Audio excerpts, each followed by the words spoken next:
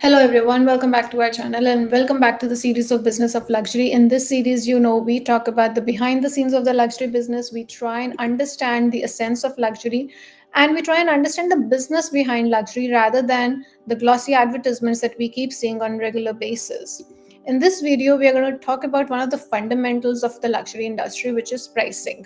As you know, the luxury industry is based on a couple of foundations: pricing, quality, heritage. These are the three things around which the entire storytelling of the luxury brand revolves. In this video, what we're going to focus on is pricing, and we're going to talk about the paradox of pricing. Why the paradox of pricing?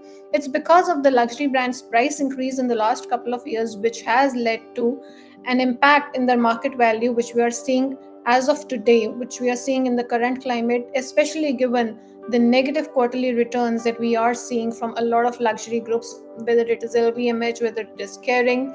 A couple of luxury brands have done nicely, for example, Hermes, even Richemont was a bit better. And there is a reason why these brands have done better than LVMH or Kering, and it's because they have been very conservative in terms of how they've raised their prices in the last couple of years. When we are talking about the last couple of years, we are talking mainly up from 2019 onwards, from the pandemic era, and the prices that have increased during the pandemic era from 2019 itself. We will be talking about in the video how a couple of luxury brands have increased their prices by more than 60%, even more than 100% for a couple of core products. So, given that background, let's do a deep dive and try and understand what the entire scenario is all about. Let's start with context. Luxury brands traditionally impose a markup ranging from 8 to 12 times of their production cost, which leads to operating margins exceeding 30%. Now, this figure is very relative because this is what we knew about luxury brands for the last couple of years, not from 2019 onwards. What we have seen is because of the price rises which have exceeded 60%, 70%, more than 100% for a couple of products, the operating margins of most of the luxury brands, and especially the larger groups like LVMH and Kering, they are in the operating margin of more than 60 to 70%. Now compare that to the operating margin of mass market brands. Most of the mass market brands have operating margins of just 7%. And when you talk about in economic terms, luxury goods are known as Veblen goods, which means that as the demand increases, the price is also going to increase.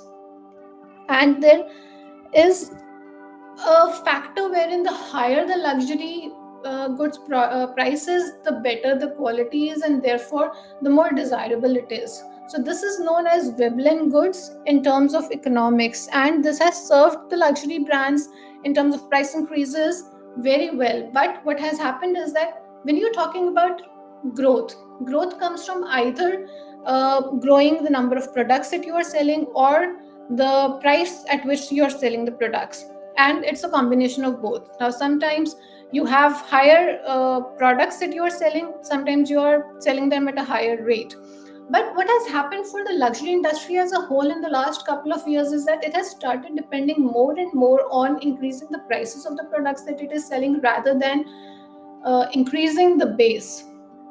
Now, this is also not true for all the luxury brands, because a lot of luxury brands, especially the luxury groups, in terms of when we talk about LV or when we talk about Gucci, what has happened is that they have been able to increase their base also, so which can be divided into the accessible consumers and which can be divided into the wealthy consumers. Accessible consumers also have become a very important part of the customer segmentation of luxury goods. And however, the luxury price increases has alienated both the groups, and we are going to talk about it in more detail in the video further. So here you can see that the current climate wherein the prices have surged by more than 60% since 2019 has led to the industry encountering turbulence which it has not seen for a long time now. In the charts, you can see that we have brands like Chanel, Louis Vuitton, and Prada, which have raised prices on their core products by more than 90%. You have the Chanel flap bag, wherein the price has been increased by more than 91%. Similarly, for Prada and Louis Vuitton, the price increases have been more than 100%. And when we see it in a broader terms, you can see that brands like Dior and Prada and Moncler have increased their prices by 60%, 50%, 43% respectively. And brands that we talked about earlier, for example, the Richemont brand like Cartier and Hermes, they have not been that extensive in terms of price increases. They have been very conservative. For example, Hermes, you can see it's only 20%, and for Cartier, it is only 11%. Given that, there are other factors which have been contributing to this downturn, which is mainly the Chinese market. Now, China is the second largest luxury market in the world, and it accounts for 22 to 24% of the global luxury market, which is expected to grow to 40% by 2030. And China has been a cornerstone for the luxury growth, but it has retracted mainly because of the real estate values which have declined and because of a broader economic uncertainty. This pullback has dampened the overall industry dynamics because the Chinese consumers are the ones that have traditionally paid higher premiums for luxury goods domestically. There is also a social media negative environment that we have seen regarding all these luxury brands which have been increasing their pricing very steeply. And let's not forget the revelation which came about because of the investigation which was done in Italy around the manufacturing of the luxury products, wherein we saw that Christian Dior handbags, which were retailing for around $2,800, were manufactured for as little as $58. This ignited outrage for the massive disparities between the cost and the consumer price, and also the way the luxury brands are making the products. Then there is also the fact about democratization of luxury, wherein luxury brands have expanded into more accessible categories like cosmetics and small luxury goods. And this has broadened the consumer base that we were talking about earlier in the video. And this democratization propelled the luxury market's value, and it tripled the global sales since 2000. But yet, this approach, as we have seen, is a double edged sword because now 50% of the luxury sales come from middle class consumers who spend less than 3,000 annually on luxury products. And by escalating prices, brands have risked alienating this crucial demographic and potentially eroding their broadened consumer base and threatening the overall sales. So, what can we say in conclusion? So, in conclusion, what can be said is that these escalating prices have dampened the sentiments of both the consumer markets of luxury brands. Whether we are talking about the people who can be categorized into the affordable luxury consumers or who can be categorized into the ones who are very elite, both the consumers have been alienated, and both the consumers are very important for luxury brands right now because, as we see, the affordable luxury consumers comprise approximately 50%. And when we're talking about the wealthy consumers, we know that approximately 1% of the wealthy consumers are responsible for 40% of the sales of luxury brands. Given that, we can say that this has been a double edged sword for the luxury brands, and if they continue to push the prices without really elevating the product quality or consumer perception, they might find themselves in a precarious situation, even precarious from here onwards. And the only thing that they can do is to balance the scales of exclusivity and accessibility. And the path forward is going to require a recalibration of how the pricing has to be done and recalibration of all the pricing strategies and the consumer engagement along with that to ensure that the luxury remains important for both the aspirational consumers as well as the wealthy elite, and it remains both attainable for both.